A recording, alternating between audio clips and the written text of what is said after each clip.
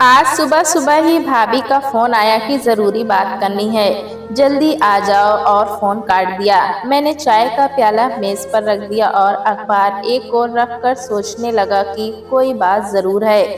जो भाभी ने एक ही बात कहकर फोन काट दिया। लगता है भाभी परेशान है। सोचते सोचते मैं अपनी युवा अवस्था में पहुंच गया, जब मैं बीएससी का छात्र था। अरे चाय ठंडी हो गई, क्या सोच रहे हैं? बेला ने आवाज लगाई तो मैं जैसे सोते से जाग उठा और बोला, अरे ध्यान नहीं रहा। मैंने चाय का प्याला उठाया। चाय वाकई ठंडी हो गई थी। मैंने कहा, पी लूंगा, कोई खास ठंडी नहीं है। ऐसे कैसे पी लोगे? मैं अभी दूसरी चाय बनाकर लाती हूँ। बेला ने मेरे हाथ से चाय का प्याला पकड़ा और फिर ना जाने बैठे बैठे क्या सोचते रहते हैं कहती हुई चली गई। मैंने अखबार उठाकर पढ़ना शुरू किया ही था कि बेला चाय लेकर आ गई। लो चाय पी लो पहले, वरना फिर ठंडी हो जाएगी, कहकर वो खड़ी हो गई। मैंने कहा, पी लेता हूँ भाई, अब तुम खड़ी क्यों हो जाओ, अपने काम निपटा लो। नहीं, पहले चाय पी लो, मैं ऐसे ही खड़ी रहूंगी। मैं कोई बच्चा हूँ? हाँ, कुछ भी ध्यान नहीं रहता, ना जाने कहाँ खोए रहते हैं। बताइए ना, क्या बात है? कहकर बेला मेरे बराबर वाली कुर्सी पर बैठ गई। मैंने चाय का घूंट भरा और बोला, कुछ समस्याएं व्यक्ति की पारिवारिक होकर भी कभी कभी निजी बन जाती हैं। बस समझ लो कि ये मेरी निजी समस्या है, उसे मुझे ही हल करना है। अब तुम्हारी कोई भी समस्या निजी नहीं हो सकती, कहीं ना कहीं वो मुझसे जुड़ी होगी।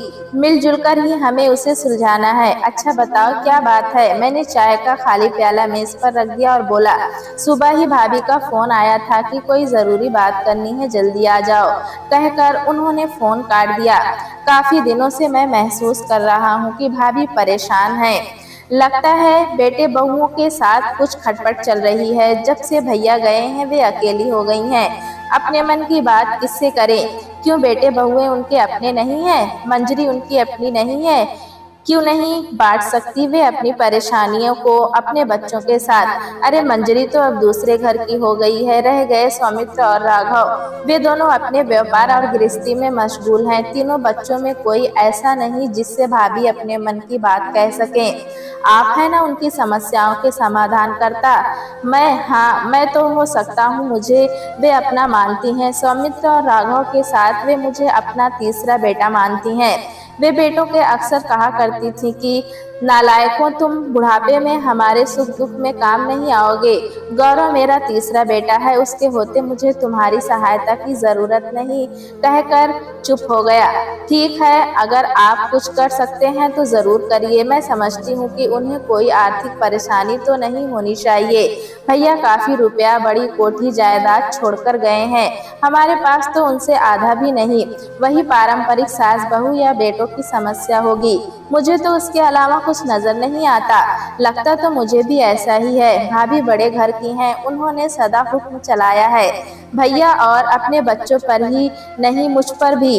अब जमाना बदल गया, उनकी हुक्म अदुली हो रही होगी, जो उन्हें बर्दाश्त नहीं हो रही होगी, कहकर मैंने बेला की ओर देखा। ऐसा करो, तुम आज ही चले जाओ, भाभी से मिलकर देखो कि क्या बात है और उसे किस प्रकार सुलझाया जा सकता है, कहकर बेला चली गई। कॉलेज के दिनों की मेरी स्मृतियां मेरी आंखों के सामने रह रहकर घूमने लगी। भाभी, ओ भाभी, सुनती हो? आज तुम बहुत सुंदर लग रही हो। सच्ची मुच्ची आज बहुत सुंदर लग रही हो। उनसे पैसे झटकने का मेरा ये अपना अंदाज था। एक दिन मैंने उनसे कहा, भाभी आज तो गजब ढा रही हो, बड़ी सुंदर लग रही हो। बिना किसी बात के ही मैं सुंदर लग रही हूँ? हाँ भाभी, बिना किसी बात के। थैंक्स भाभी, बस थैंक्स और कुछ नहीं। और क्या बोलो, क्यों लग रही हूँ मैं आज सुंदर? तूने नहीं बताया तो क्या मैं थैंक्स भी नहीं देती, कहकर वे मुस्कुराई। अच्छा तो बता, आज कितने रुपए चाहिए? चलो आप जिद कर ही रही हो तो बस एक नोट। भाभी ने झट से 5 रुपए का नोट मेरी ओर बढ़ाया। बस 5 रुपए? अरे तो बोलना कितने चाहिए? 10, 20, 50, कितने बोलेगा? 50 से आगे गिनती नहीं आती क्या? भाभी ने 100 रुपए का नोट मेरी ओर बढ़ाया और फिर मेरे मुंह पर हल्की सी चपत लगाई और मुस्कुराकर चली गईं। भैया ये सब देख रहे थे। उन्होंने भाभी से कहा, सुमित्रा तुम गौरव को बिगाड़ रही हो, उससे ये भी नहीं पूछती कि किस लिए चाहिए तुझे रुपए। अरे बच्चा है, अपने सौमित्र और राघव भी तो ऐसे ही जिद करते हैं। गौरव को रुपए देती हूँ तो क्या हुआ, इस तरह रुपए देकर तुम सौमित्र और राघव को भी बिगाड़ोगी तो मैं बर्दाश्त नहीं करूँगा। मानता हूँ तुम गौरव को बेटे जैसा मानती हो, पर इस तरह बच्चे बिगड़ जाते हैं। उस दिन भाभी का मूड खराब हो गया। वे भैया से बोली, मेरी अजीब मुश्किल है, गौरव पर सख्ती बरतती हूँ तो अजीब सी उथल पुथल मच उठती है दिल में, ढील देती हूँ तो तुम्हें अच्छा नहीं लगता। सोच नहीं पाती हूँ कि मुझे क्या करना चाहिए। भाभी जब बैठी हुई होती थी तो मैं अक्सर पीछे से जाता और उनके गले में दोनों बाहें डालकर उनकी पीठ पर झूल जाया करता था। वे कह उठती थी, हट रे, मेरी जान निकालेगा क्या? क्या भैया से भारी हूँ मैं? तो क्या मैं उन्हें अपनी पीठ पर बिठाती हूँ? पीठ पर नहीं, सिर पर तो बिठाती हो। सिर पर तो मैंने तुझे चढ़ा रखा है। तेरे भैया यही शिकायत करते हैं कि मैंने तुझे सिर पर चढ़ाया हुआ है। भाभी ने कभी मेरे मजाक का बुरा नहीं माना। जब तक तुम नहीं आई थी बेला, भाभी के साथ जिंदगी हंसी मजाक में कटती थी, फिर रोते चीखते कटने लगी जिंदगी। मेरे साथ यही कहना चाहते हो ना? बोलो। ऐसा तो मैंने नहीं सोचा, लेकिन इतना सुखी, इतना दुविधा रहित जीवन मैंने फिर कभी नहीं देखा। ना किसी की फिक्र, ना फाका। माँ तो बचपन में ही मर गई थी और जब भैया की शादी हुई तो मैं ज्यादा छोटा नहीं था, 10वीं कक्षा में पढ़ता था। माँ मुझे बहुत याद आती थी, लेकिन भाभी के प्यार ने माँ की याद भुला दी। मेरे हर सुख दुख की साथी बनी मेरी भाभी। तभी बेला चौंक पड़ी और दूध कहकर रसोई की तरफ भागी। मैं चिल्लाया, अरे क्या हुआ? होना क्या था, सारा दूध उबलकर बह गया तुम्हारे भाभी पुराण के चक्कर में। थोड़ी देर में वो फिर आकर मेरे पास बैठ गई और बोली, गौरव तुम आज ही चले जाओ, पता नहीं भाभी किस मुसीबत में है। हाँ बेला, अगर मैंने उनकी आज्ञा नहीं मानी तो मैं खुद को क्षमा नहीं कर पाऊंगा। इतने बड़े भक्त हो भाभी के, मेरे लिए वे भाभी ही नहीं, मेरी भाभी माँ है। उनका मुझ पर बहुत कर्ज है, बस यूँ समझ ले। भाभी ना होती तो मैं आज जो हूँ वो ना होता, एक आवारा होता। और फिर तुम जैसी इतनी सुंदर, इतनी कुशल पत्नी मुझे कहाँ मिलती? हमेशा भाभी भाभी की रट लगाए रहते हो। अरे मैं बेला बेला भी तो रटता हूँ, पर तुम्हारे सामने नहीं, कहकर मैं मुस्कुराया। दूसरे के सामने बेला ही बेला करता रहता हूँ मेरी जबान पर। मेरे सारे फ्रेंड से पूछकर तो देखो, कहकर मैं चुप हो गया और सोचने लगा कि हो सकता है वहाँ भाभी का मन ना लग रहा हो। टेलीफोन पर रह रहकर भाभी का असंतोष झलकता रहता है। बेटे बहुओं से वे खुश नहीं, ऐसे में मुझे क्या करना चाहिए? क्या भाभी को यहाँ ले आऊं? यहाँ ले आया तो क्या बेला निभा पाएगी उनसे? बेला को निभाना चाहिए, उन्होंने मुझे इतना प्यार दिया है, मुझ जैसे आवारा को एक सफल आदमी बनाया है। वो घटना रह रहकर मेरी आंखों के सामने घूमती रहती है। जब मैं बीएससी फाइनल में था, मेरी बुद्धि प्रखर थी, परीक्षा में सदा फर्स्ट आता था, पर कुछ साथियों की सोबत में पढ़कर मैं सिगरेट पीने लगा था। पैसों की कभी कमी भाभी ने होनी नहीं दी। एक दिन भाभी, ओ भाभी क्या बात है, जल्दी से 100 का नोट निकालो, नहीं तो भैया आ जाएंगे, जल्दी करो। डरता है क्या भैया से? हाँ, उनसे डर लगता है और मुझसे नहीं, कहकर वे मुस्कुराई। अरे तुमसे क्या डरना भाभी, माँ से भी कोई डरता है भला? उन्होंने मुझे सीने से लगा लिया और मेरे सिर पर हाथ फेरती हुई बोली, ले 100 रुपए का नोट। एक दिन भाभी ने आवाज लगाई, गौरव मशीन लगा रही हूँ, कपड़े हो तो दे दो। मैंने अपनी कमीज पैंट बनियान उन्हें दे दिए। जब वे कपड़े मशीन में डालती थीं तो पैंट कमीजों की जेबें देख लिया करती थीं। वे मेरी कमीज की जेब में हाथ डालते हुए बड़बड़ाई, ये भी नहीं होता इससे कि अपनी जेबें देख लिया करे। देख ये क्या है? जेब में सिगरेट का पैकेट था, उसे देखकर वे वहीं माथा पकड़कर बैठ गईं और चिल्लाईं, गौरव। हाँ भाभी, बुलाया? ये क्या है? मुझे पैकेट दिखाते हुए लगभग चीखी। मैं चुप था, बोलता क्यों नहीं, क्या है ये? कहकर मेरे मुंह पर एक जोर का तमाचा मारा और फिर फपक फपक कर रो पड़ी। काफी देर बाद वे चुप हुई, अपने आंसू पोंछते हुए कुछ सोचती सी मुझसे बोली, गौरव सॉरी, मैंने तुम्हें थप्पड़ मारा, अब कभी नहीं मारूंगी, मारने का मेरा हक खत्म हुआ। थोड़ी देर मौन रहकर वे पुनः बोली, अपने भैया से मत कहना, मैं तुम्हारे हाथ जोड़ती हूँ। उन्होंने हाथ जोड़ते हुए मेरी ओर कातर नजरों से देखा। मैं काठ की मूर्ति बना खड़ा रहा, बहुत कुछ बोलना चाहता था पर मुंह से शब्द नहीं फूटे। अपनी सफाई में मैं कुछ कह भी नहीं सकता था, क्योंकि वो सब झूठ होता। मैंने सिगरेट पीने शुरू कर दी थी, बस इतना ही कह पाया था, सॉरी भाभी माँ। भाभी ने मुझसे बोल बाल बंद कर दी थी। दिन में 2 बार ही वे मुझे आवाज लगाती, गौरव नाश्ता तैयार है, गौरव खाना तैयार है, गौरव कपड़े हो तो दे दे। भाभी मेरे कमरे में आती और मेरी मेज पर 100 रुपए का नोट रखते हुए कहती, और जरूरत हो तो बोल देना। एक दिन मैंने कहा, जब आप मुझसे कोई संबंध ही नहीं रखना चाहती तो रुपए क्यों देती हैं? इसलिए कि एक ऐप के साथ तुम दूसरे ऐप के शिकार न हो जाओ, चोरी न करने लगो। सिगरेट की तलब बुझाने के लिए तुम्हें पैसों की जरूरत पड़ेगी, पैसे न मिलने पर तुम चोरी करने लगोगे, और मैं नहीं चाहती कि तुम चोर भी बन जाओ। आपकी बला से मैं चोर बनूं या डाकू? इस पर वे बोली, सिर्फ इंसानियत के नाते मैं नहीं चाहती कि कोई भी नवयुवक किसी ऐप का शिकार होकर अपनी प्रतिभा को कुंठित करे। तुम मेरे लिए एक इंसान से अधिक कुछ नहीं, कहकर वे चली गई। मैं काफी परेशान रहा, फिर सिगरेट न पीने का संकल्प कर लिया। भाभी का स्वभाव दिन ब दिन गिरता जा रहा था। वे पीली पड़ती जा रही थी, हर समय उदास रहती थी, जैसे उनके भीतर एक झंझावात चल रहा हो। भैया ने भी कई बार कहा था कि सुमित्रा, क्या तबीयत खराब है तुम्हारी? वे हंसकर टाल जाती थीं। उनकी बनावटी हंसी से मैं दहल उठता था। एक दिन वे मेरे कमरे में आई, मेज पर 100 का नोट रखते हुए बोली, और चाहिए हो तो बोल देना। जैसे ही वे बाहर जाने को हुई, मैंने उनका हाथ पकड़ा और कहा, भाभी। उन्होंने झटके से हाथ खींच लिया, बोली, मत कहो मुझे भाभी, उसे मरे तो काफी दिन हो गए। माफ नहीं करोगी? माफ तो अपनों को किया जाता है, गैरों को कैसी माफी? रोजाना इतने जुर्म होते हैं, क्या सभी को माफी देने का ठेका मैंने ले रखा है? मैं कोई जज हूँ जो अपराधी की अपील को सुनकर उसे माफ कर दूं? क्या सौमित्र के साथ भी ऐसा ही बर्ताव करती? अरे उससे तो यही कहती कि घर से बाहर हो जाओ, फिर मुझे क्यों नहीं कहा?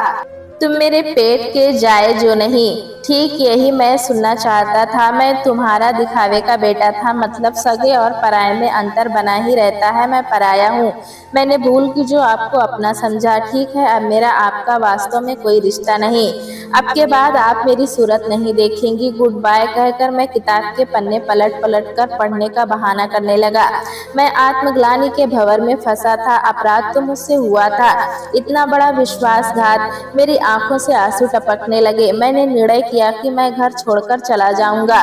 जब माँ बाप ही नहीं रहे तो भैया भाभी पर कैसा अधिकार? अगले दिन भैया दफ्तर चले गए तो मैंने अपनी पुस्तकें, कुछ कपड़े अटैची में रखे और घर छोड़कर निकल जाने को तैयार हुआ।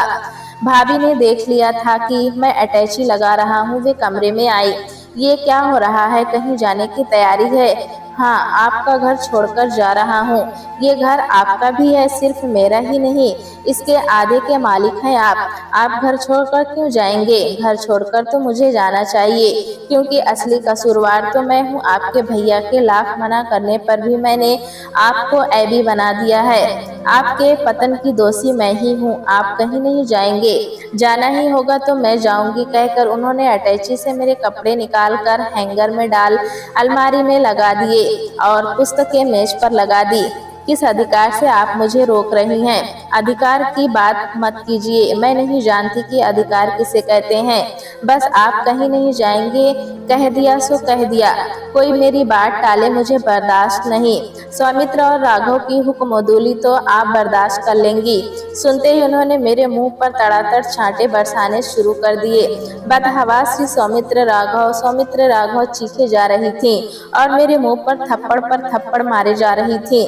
मैं हाथ पीछे बांधे मूर्तिवत खड़ा थप्पड़ खाता रहा और फिर मैंने उनकी कोली भर ली और उनके मुंह को दोनों हथेलियों के बीच लेकर उनकी आंखें मिलाते हुए कहा, माँ मुझे माफ कर दे। मैंने तो कभी सिगरेट पीनी छोड़ दी है। ये रहे सारे रुपए। और मैंने अपने बेड के नीचे रखे 100 के नोटों की ओर इशारा किया, फिर फपक कर रो पड़ा। उन्होंने मुझे कसकर अपनी छाती से लगा लिया। कुछ देर वो यूं ही खड़ी रही, फिर साड़ी के पल्लू से अपने आंसू पोंछते हुए बोली, ठीक है, मैं एक बार फिर विश्वास कर लेती हूँ, कहकर वे जाने लगी। मैंने उनका हाथ पकड़कर उन्हें रोका और बोला, भाभी माँ, मैं वादा करता हूँ कि अब कोई गलती नहीं करूँगी। करूँगा। ठीक है कहकर वे चली गईं। और ये उसी का फल है बेला की मैं आज इस रूप में तुम्हारे सामने हूँ। बेला बोली, खैर छोड़िए, अब सुधरे हुए हैं तो क्या हुआ, हैं तो आप एक सैबी। और मुस्कुराते हुए जाते जाते कह गई, आप आज ही चले जाइए भाभी से मिलने। तुम भी चलो। नहीं, शायद वे तुमसे कोई प्राइवेट बात करना चाहती हो। मेरी उपस्थिति शायद उन्हें अच्छी न लगे। आप अकेले ही जाइए। ठीक है, मैं अकेला ही जाता हूँ। ड्राइवर को आज छुट्टी दे दो। उसे भी साथ ले जाते तो क्या बुराई थी, कोई साथ में हो तो अच्छा है। थोड़ी देर बाद तैयार होकर मैं आगरा के लिए निकल पड़ा और 3 बजे आगरा पहुँच गया। कोठी के गेट में घुसते ही देखा कि भाभी सामने ही लॉन में कुर्सी पर बैठी हैं। मुझे देखते ही वे खिल उठी। आ गए गौरव? हाँ भाभी, कहते हुए मैंने उन्हें प्रणाम किया। अकेले ही चले आए हो? बेला को भी ले आते, उसे कुछ जरूरी काम था, मैं जल्दी में चला आया इसलिए कि ऐसी क्या बात है जो आपने बुलाया है और कारण भी नहीं बताया? सब ठीक तो है? हाँ, यहाँ सब ठीक ठाक है, कोई खास बात नहीं। बात तो कुछ जरूर है भाभी, वरना आप इतनी जल्दी फोन छोड़ने वाली कहाँ थी? बताइए ना, क्या बात है? अरे दम तो ले ले, चाय पानी कर ले, फिर बैठकर आराम से बातें करेंगे, कहकर भाभी ने नौकर को आवाज लगाई। अरे ओ रामू! रामू भागता हुआ आया और बोला, कहिए बीबी जी। जादो कप चाय बना ला। चाय पीते पीते कुछ देर बाद मैंने पूछा, कैसी हो भाभी? यूं तो सब ठीक ठाक है गौरव, पर यहाँ अब मन नहीं लगता, मुझे अपने साथ दिल्ली ले चल। इसमें क्या मुझे किसी की आज्ञा लेनी होगी? जब चाहिए चलिए। हाँ, आज्ञा लेनी होगी बेला की। कैसी बात करती हो भाभी, आपको साथ ले चलने के लिए बेला की आज्ञा? बेला कौन होती है आज्ञा देने वाली? नहीं भाभी नहीं, अपने इस बेटे पर तुम्हारा कितना अधिकार है ये भी मुझे ही बताना पड़ेगा। पर बताओ तो सही कि बात क्या है? सौमित्र राघव दोनों बहुएं क्या नाराज चल रहे हैं? किसी ने कुछ कहा है आपसे? मुझे कुछ कहने की हिम्मत कौन करेगा? नहीं, ऐसी कोई बात नहीं, बस मन ही नहीं लगता, अब मेरा दम घुटता है यहाँ, कहकर वे कुछ उदास सी हो गई। भाभी साफ साफ बताओ ना, कुछ बात तो जरूर है। समझो तो बहुत कुछ है, ना समझो तो कुछ भी नहीं। बस यूँ समझ ले, बहू बेटों के रंग ढंग मुझे अच्छे नहीं लगते। मुझे लगता है कि ये बहुएं तुम्हारे भैया की इज्जत खाक में मिलाने पर तुली हुई हैं। इनकी चाल ढाल, इनका रंग ढंग, इनका लाइफ स्टाइल मुझे बिल्कुल पसंद नहीं। मुझे इसके अतिरिक्त कोई और कारण नहीं दिखाई दे रहा था। भाभी की परेशानियों का मैं पहले ही जानता था। हो न हो वही सास बहू माँ बेटे का पारंपरिक तनाव है। थोड़ी देर बाद भाभी फिर बोली, गौरव अब सहन नहीं होता मुझसे बहुओं की ये चाल ढाल। सौमित्र और राघव तो जोरू के पक्के गुलाम बन गए हैं, उनके ही रंग में रंग गए हैं। जन्म से जवानी तक चढ़ा हुआ माँ का रंग इतना कच्चा पड़ गया कि बहुओं के आते ही उतर गया। अरे मैं तो इनसे बड़े खानदान की थी, पढ़ी लिखी थी, इनसे कम नहीं हूँ, इनसे हर बात में आगे हूँ। चलो और कुछ ना सही, इनकी सास तो हूँ, ये सब कुछ मेरा ही तो है फिर भी, कहकर भाभी चुप हो गई। भाभी मैं समझ रहा हूँ, पर ये भी जानता हूँ, भाभी मेरे कहे को उपदेश मत समझना, ये भी मत समझना कि मैं तुम्हें बोझ समझकर टालना चाहता हूँ। मैं जानता हूँ भाभी कि तुम खुश नहीं हो, परेशान हो, पर क्या तुम सुख खोजने का अपना दृष्टिकोण नहीं बदल सकती? मतलब ये भाभी की सुख तो हमारे चारों ओर बिखरा पड़ा है, उसे बिनने और संजो कर रखने का ढंग बदल दो तो तुम्हारी झोली में सुख ही सुख होगा।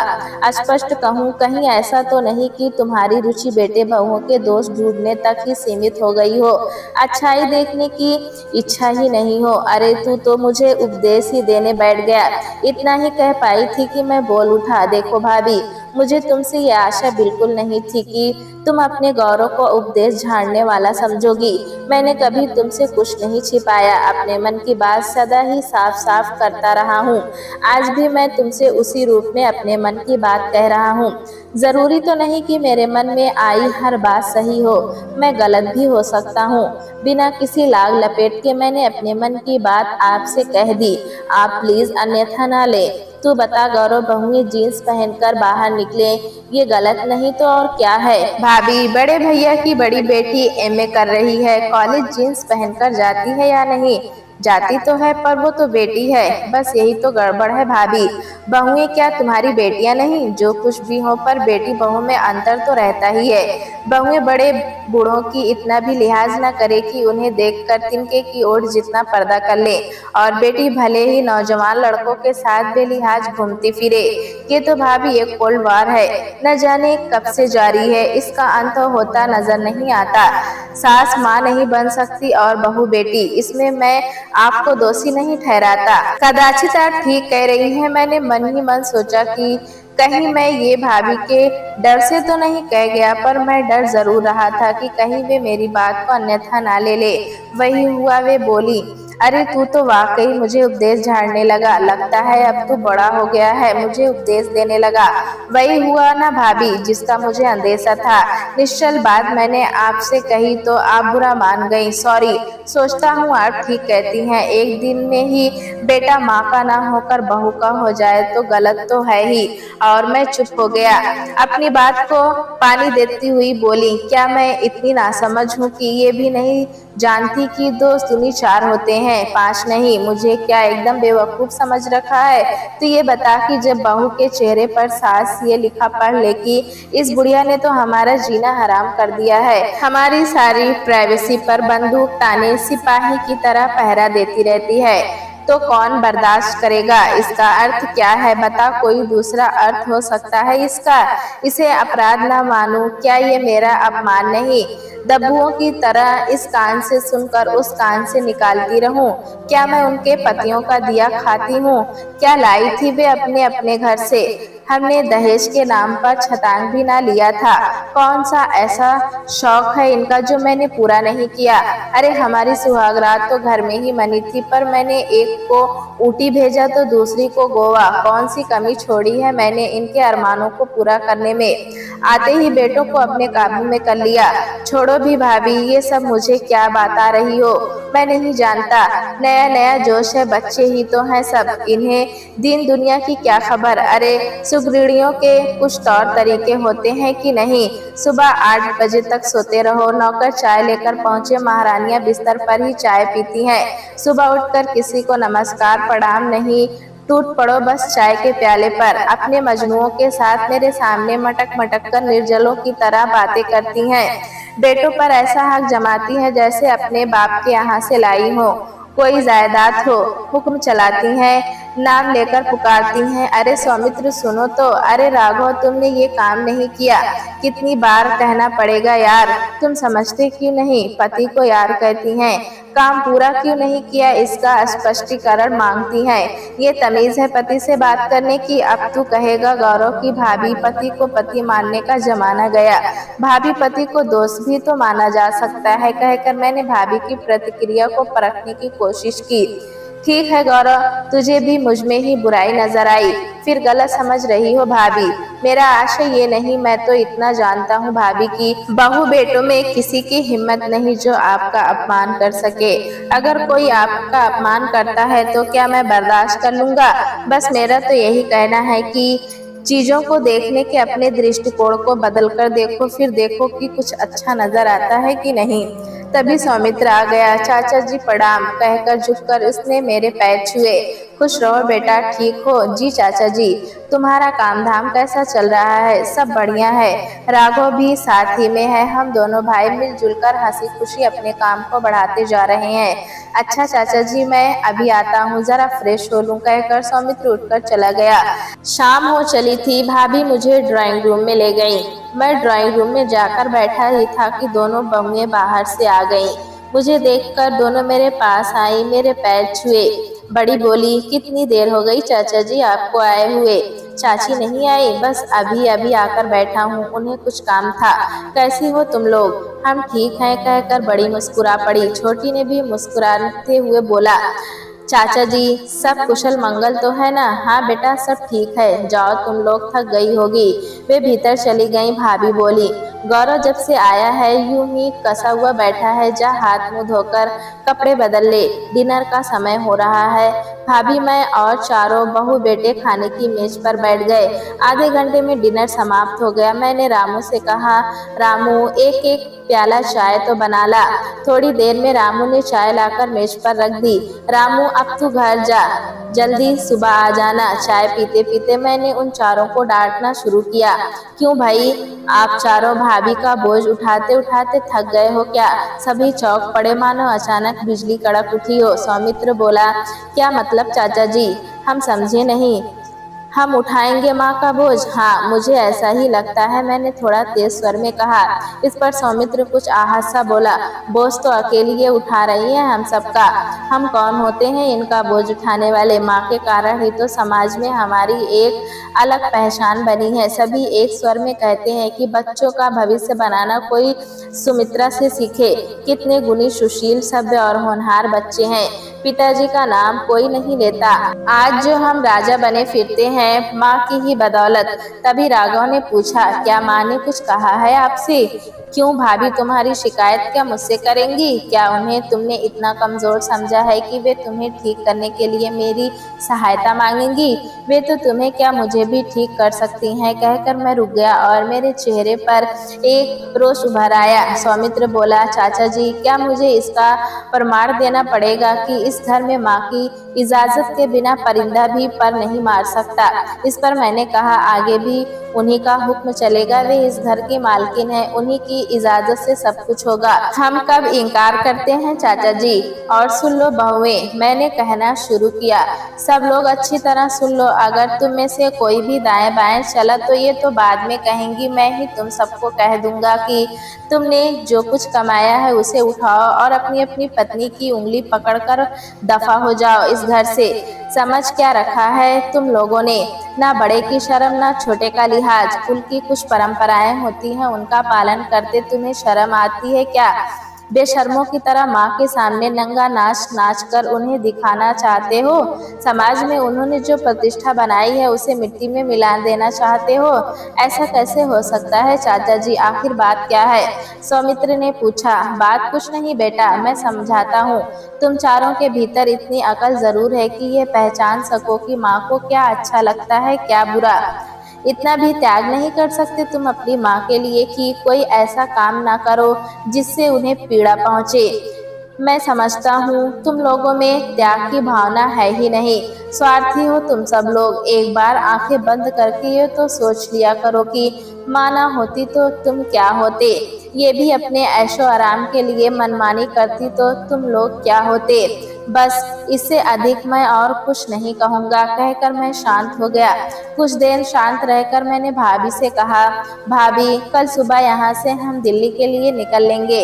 मुझे आपकी ज़रूरत है, आपके प्यार और आशीर्वाद की ज़रूरत है। अब आप मेरे साथ रहेंगी। जब इन लोगों का मन करेगा ये मिलने आ जाया करेंगे, जब आपका मन करे आप यहाँ आ जाना। ये आपका घर है। अगली सुबह मैं भाभी को लेकर दिल्ली आ गया। बेटे बहुओं ने बहुत विनती की कि माँ मत जाओ, पर मैं उन्हें कहकर ले आया कि मेरा अपना घर भी तो उनका अपना घर है। भाभी को दिल्ली आए हुए 15 दिन बीत गए। मैं सूक्ष्मता से परख रहा था उनके चेहरे को। मैंने महसूस किया कि उनके चेहरे की उत्फुल्लता का ग्राफ दिन प्रतिदिन गिरता जा रहा है और उदासी का ग्राफ बढ़ता जा रहा है।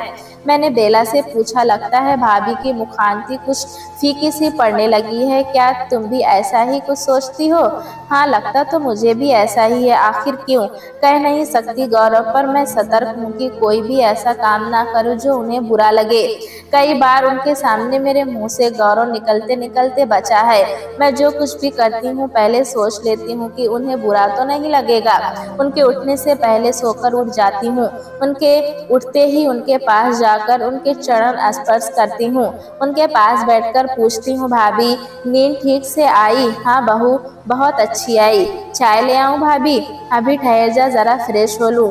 रात को जब वे कई बार कहती हैं कि अरे उठ जा, देख गौरव तेरे इंतजार कर रहा है, जाग रहा है, जा अब छोड़ मुझे, कब तक मेरे पैर दबाती रहेगी।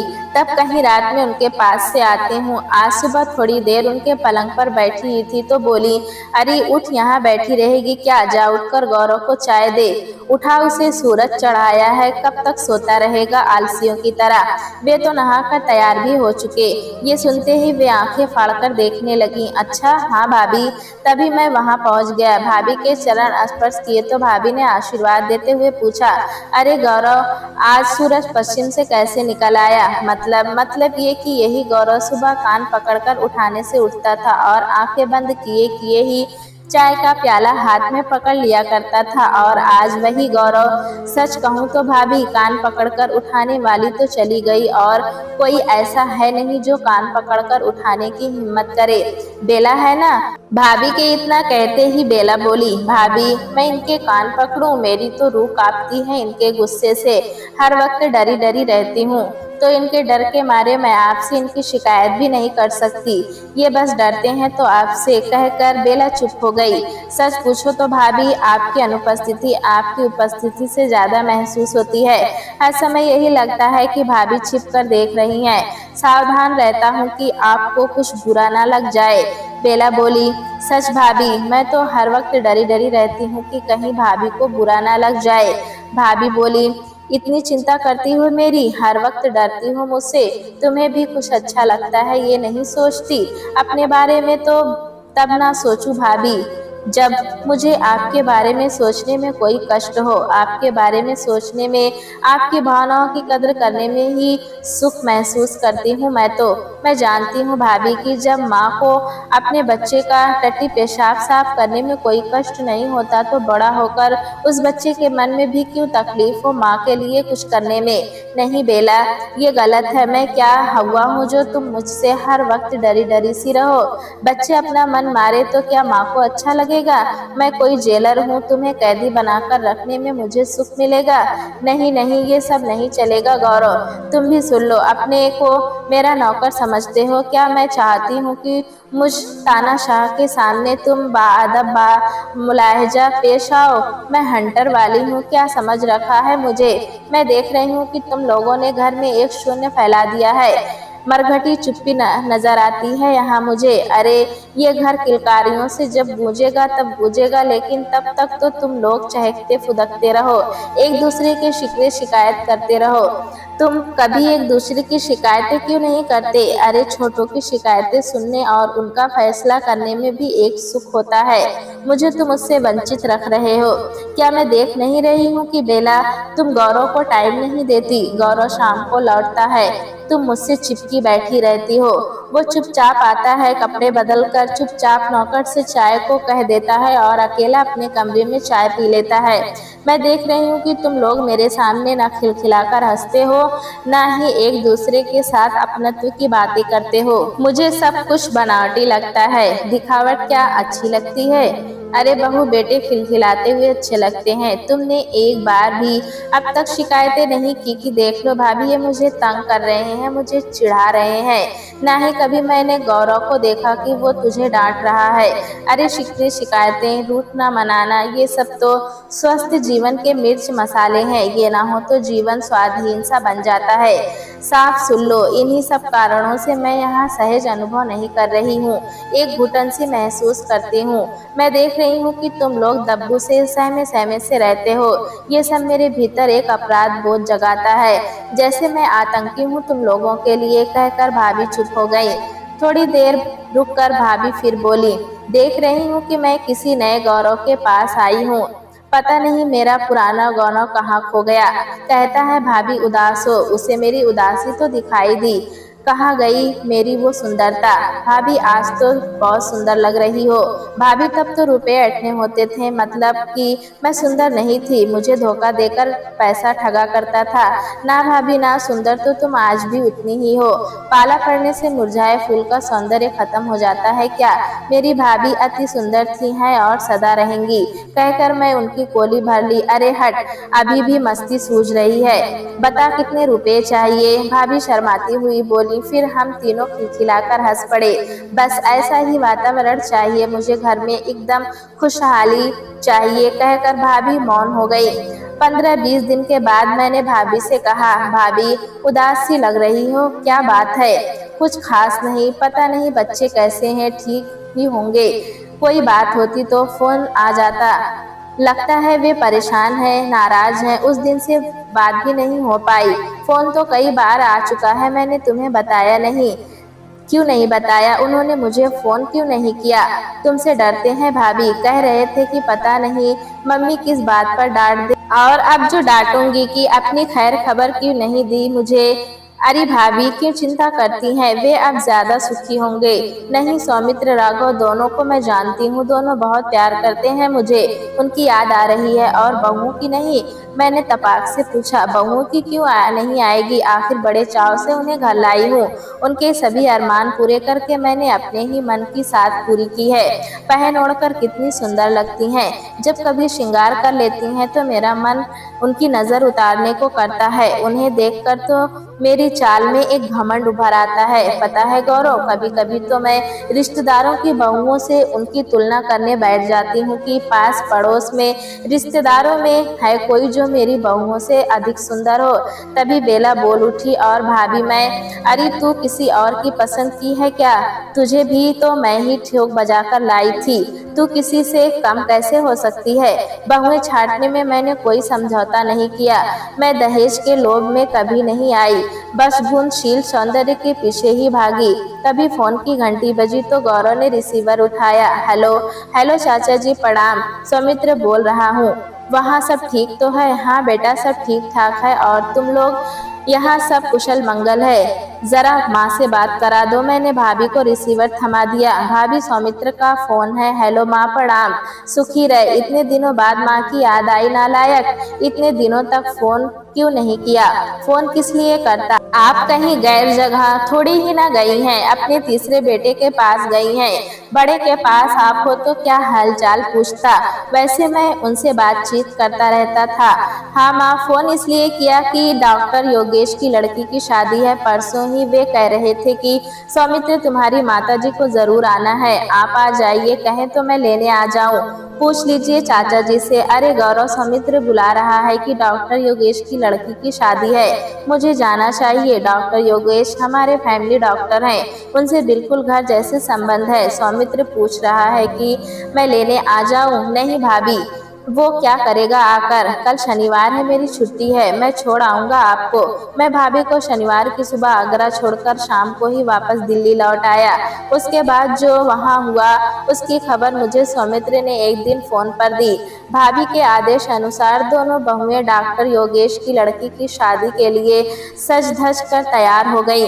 भाभी ने आदेश दिया, अरे बड़की छुटकी जल्दी करो, बारात आने का समय हो चला है। दोनों बहुएं ने साड़ी और गहने पहने श्रृंगार किया और फिर सिर पर साड़ी का पल्लू रखा। आकर भाभी के सामने खड़ी हो गई और बोली, चलिए मम्मी जी हम तैयार हैं। मैरिज हॉल की सजावट से आंखें चौंधिया रही थी। ऐसा लगता था मानो बच्चों से लेकर बड़े बूढ़ों तक सभी नर नारियों की कोई सौंदर्य प्रतियोगिता हो। नवयुवता बहुएं खास तौर से जम रही थीं। सभी की नजर वहां उपस्थित बहुओं पर थी, पर पता ही नहीं लग रहा था कि कौन बहू है कौन बेटी। हाथ में चूड़ा पहने कोई कोई नववधू तो पहचानी जा सकती थी। अधिकतर बहुएं लड़कियां घाघरे पहने थी जो फर्श पर घिसटते हुए पोछा सा लगाते प्रतीत हो रहे थे। कुछ स्त्रियां साड़ी पहने हुए थी, सभी नंगे सिर, मात्र छोटा सा ब्लाउज पहने थी।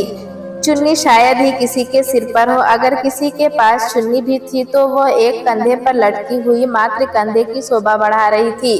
भाभी की दोनों बहुएं जरी की भारी कीमती साड़ी पहने हुई थी, साड़ी के पल्लू से ढके सिर थे। भाभी को अपनी बहुएं सबसे अलग थलग सी लग रही थी, अजीब सी दिखाई दे रही थी। भाभी ने सोचा कि इतने प्यारे लंबे घने काले बालों के जूड़े बनाए हुए हैं बहुओं ने, क्या फायदा, सिर ढके हुए हैं। भाभी को बहुओं का ये रंग ढंग कुछ जचा नहीं।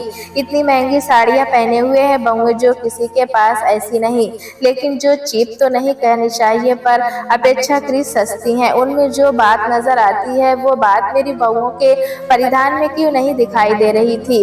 भाभी सारे समारोह का गहराई से निरीक्षण कर रही थी। सबके हाव भाव, एक दूसरे से हंस हंस कर बातें करना, मटक मटक कर चलना। भाभी को लगा कि मेरी बहुएं तो इनके सामने सेठानी सी लग रही हैं। उन्हें बर्दाश्त नहीं हुआ, वे बहुओं के पास गई। वे अकेली बैठी हुई थी। भाभी ने धीरे से कहा, गवारों की तरह सिर क्यों ढकी रही हो। बहुओं ने झट से सिर से साड़ी के पल्लू उतार लिए। भाभी को वे पहले से अच्छी लगी। घर लौटते लौटते रात को 1 बजने जा रहा था।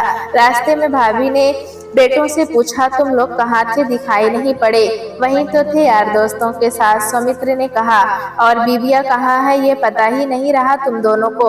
अपनी अपनी पत्नी के साथ क्यों नहीं थे। मैं देख रही थी कि सब अपनी अपनी पत्नी के साथ घूम घूम कर खा पी रहे थे। कितना अच्छा लग रहा था उनके प्यार को देखकर। लगता था कितने खुश हैं ये लोग, और तुम्हारा कुछ पता ही नहीं था कहाँ छिप गए थे। जरा भी मैनर्स नहीं है तुम लोगों में। अगले दिन भाभी ने सुबह ही बहुओं से हुक्म दिया, अरे बड़की छुटकी सुनो, आज मार्केट चलना है, थोड़ी शॉपिंग करनी है, खाने से जल्दी निपट लेना। दोपहर के बाद भाभी बहुओं को लेकर एक प्रसिद्ध मॉल में पहुंची। सबसे पहले साड़ियों के शोरूम में प्रविष्ट हुई। बोली, देखो बड़की छुटकी, अपनी अपनी पसंद की कुछ डिजाइनर साड़ियाँ ले लो। पर मम्मी जी, हमारे पास तो एक से बढ़कर एक कीमती साड़ियों से अलमारियां भरी पड़ी हैं। क्या करना है और साड़ियाँ लेकर। बड़की ने कहा और पीछे से छुटकी को चुटकी काटी। छुटकी बोली, दीदी ले लेंगी, मुझे नहीं चाहिए। बड़की बोली, अरे मैं बड़ी हूँ, तेरे सामने पहनती क्या मैं अच्छी लगूंगी। नहीं, तू ही ले ले। भाभी कुछ रोष दिखाते हुए बोली, हाँ हाँ, दोनों बुढ़िया हो गई। जुम्मा जुम्मा 8 दिन तो हुए नए जीवन में प्रवेश किए, नहीं कि अभी से अपने को बुढ़िया समझने लगी। अरे यही तो उम्र है पहनने ओढ़ने की, उछलने कूदने की। जब बच्चे हो जाएंगे तो क्या सुध रहेगी अपनी। चलो मैं कहती हूँ खरीदो। दोनों बहुएं मन ही मन मुस्कुरा रही थी। बड़की बोली, मम्मी जी आप कह रही हैं तो खरीद तो हम लेंगी, पर आपने पहले ही हमें जेवर कपड़े लत्तों से लादा हुआ है कि अब जरूरत ही महसूस नहीं होती। क्या करना है। छुटकी ने भी हाँ में हाँ मिलाई। भाभी ने कहा, अरे सुना नहीं, बहस किए जा रही हो। जब कह दिया कि खरीदो तो बस खरीदो। No comment. दोनों बहुएं ने जी भर कर डिजाइनर साड़ियाँ खरीदी। हर साड़ी पर ये कहना नहीं भूलती थी, मम्मी जी ये कैसी है। हाँ हाँ अच्छी है कि मुहर लगाती जाती थी। बड़की बोली, बस मम्मी जी बहुत हो गई, अब रहने दीजिए। अरे अभी मेरी पसंद की तो खरीदी ही नहीं, कहकर मम्मी जी ने दोनों के लिए अपनी पसंद की कुछ साड़ियाँ, लहंगे आदि और खरीदे। दोनों बहुएं के मन में लड्डू फूट रहे थे। दोनों सासू माँ के साथ खुशी खुशी घर लौट आईं। शाम को सौमित्र और राघव लौटे। आते ही बिना कपड़े चेंज किए माँ से चिपक कर बैठ गए। अरे उठो भी यहाँ से, कब तक मेरा दिमाग चाटते रहोगे। जाओ अपने अपने कमरे में और कपड़े चेंज करो। और फिर जोर से बोली, अरे बड़की छुटकी, मैं देख रही हूँ कि तुम दोनों के रंग ढंग बिगड़ते जा रहे हैं। दोनों ही घबराई हुई सी भागी आई। क्यों, क्या हुआ मम्मी जी। बड़की ने पूछा। तुम्हें पता है दोनों लड़के कब के घर आ चुके हैं। उन दोनों को कुछ चाय वाय चाहिए या नहीं, ख्याल है तुम लोगों को। पतियों के घर आते ही पत्नियां उनकी ओर दौड़ी चली जाती हैं, उनका हाल चाल पूछती हैं, चाय पानी देती हैं। कुछ मैनर्स भी हैं तुम्हें में या नहीं। जाओ, यूँ खड़ी खड़ी मेरा मुंह क्या देख रही हो, उनकी खैर खबर लो। इतनी भी तमीज नहीं कि शाम को घर लौटा पति क्या चाहता है। ये भी मुझे ही बताना पड़ेगा कि उसने अगर पत्नी के मुख पर खिलखिलाहट नहीं देखी, अगर उसके सामने उसकी पत्नी फूहड़ सी आकर खड़ी हो जाए तो कैसा लगेगा उसे। तुम लोगों के पास अच्छे कपड़े नहीं रहे क्या, नौकरानियां सी लग रही हो, जाओ यहाँ से। दोनों बहुएं चली गईं। सभी लोगों ने रात को खाना एक साथ खाया। खाना खाते ही सौमित्र राघव भाभी के कमरे में चले गए। दोनों माँ से लिपट कर बैठ गए और बातें करने लगे। थोड़ी देर में ही भाभी बोली, जाओ, बहुएं इंतजार कर रही होंगी, सुबह की थकी मांदी है, जाग रही होंगी। जागने दो माँ, जब नींद आएगी तो सो जाएंगी। नहीं नहीं, उठो तुम लोग यहाँ से, मुझे नींद भी आ रही है। वे उठ कर गए तो दोनों बहुएं भाभी के पास आ पहुंची। अरे तुम लोग क्या करने आई हो यहाँ। आप जब सो जाएंगी मम्मी जी तभी हम सोएंगे। लाइए आपके पैर दबा दे। नहीं नहीं, जाओ यहाँ से, मुझे नींद आ रही है। दोनों बहुएं भाभी के चरण छूकर चली गईं। अगले दिन भाभी ने डिनर पर कहा, देख रही हूँ सौमित्र, राघव, तुम दोनों बहुओं की उपेक्षा कर रहे हो और बहुएं भी कम नहीं, वे भी तुम्हारी परवाह नहीं कर रही हैं। सारे काम मेरे सिर पर डालते जा रहे हो। मम्मी जी, नौकरों को तनख्वाह देनी है, पैसे दे दीजिए। अखबार वाले का बिल देना है, बाजार से सामान लाना है, पैसे दे दीजिए। मुझे जैसे और कोई काम ही नहीं रह गया। हर वक्त उठती रहती हूँ, सेफ खोलकर पैसे देती रहूँ, बस तुम्हारे कामों में फिरकी बनी घूमती रहूँ। पर चाबी तो आपके पास ही रहती है ना मम्मी जी, बड़की बोली। तू खुद क्यों नहीं रख लेती बड़की? चाबी भी मैं ही संभालूं, घर के सारे खर्चों का हिसाब भी मैं ही रखूं, तुम सब लोग खाली पड़े रहो। ये लो गुच्छा संभालो, सब कुछ अपने आप करो, मुझसे अब नहीं होती तुम्हारी चौकीदारी। अब लेन देन के मामले में मुझे डिस्टर्ब मत करना। मैं क्या सदा तुम लोगों के चक्करों में ही फिरती रहूंगी? अब से तुम जानो तुम्हारा काम, जो चाहो जैसे चाहो खर्च करो। अब तुम लोग समर्थ हो, अपना भला बुरा सब समझती हो। और भाभी ने चाबियों का गुच्छा बड़की को थमा दिया। बड़की बोली, आपकी जितनी अकल कहाँ से लाएं हम लोग? हम तो अभी बच्चे हैं, आप जैसे जैसे कहेंगी करेंगे। हमारे बुरे भले की तो आप ही सोचेंगी। आपको ऐसे कैसे फ्री कर दें? अपने इन पौधों को सींचना तो आपको ही है। और दोनों बच्चियों की भांति सास के दाएं बाएं बैठ गई। अरे मैं कहीं भागी जा रही हूँ क्या? जो कुछ गलत होगा मैं कह दिया करूँगी, पर अब मैं स्वतंत्र होना चाहती हूँ। और सुन लो सौमित्र और राघव, घर में मनहूसियत मुझे बर्दाश्त नहीं। मुझे हर समय सन्नाटा सा महसूस होता है इस घर में। क्या यह एक घर है? ना हल्ला गुल्ला, ना हंसी मजाक, ना बच्चों की किलकारियाँ, ना किसी का रूठना मनाना। कहते कहते भाभी भावुक हो उठी। तुम चारों ही तो हो जिनमें मैं अपनी खुशी ढूंढती हूँ। घर की ये चुप्पी, ये शांति मुझे खाने को दौड़ती है। मैंने गौरव से भी कहा था कि गौरव, फूल खिले ही अच्छे लगते हैं, मुरझाए फूल देखने की मेरी आदत नहीं।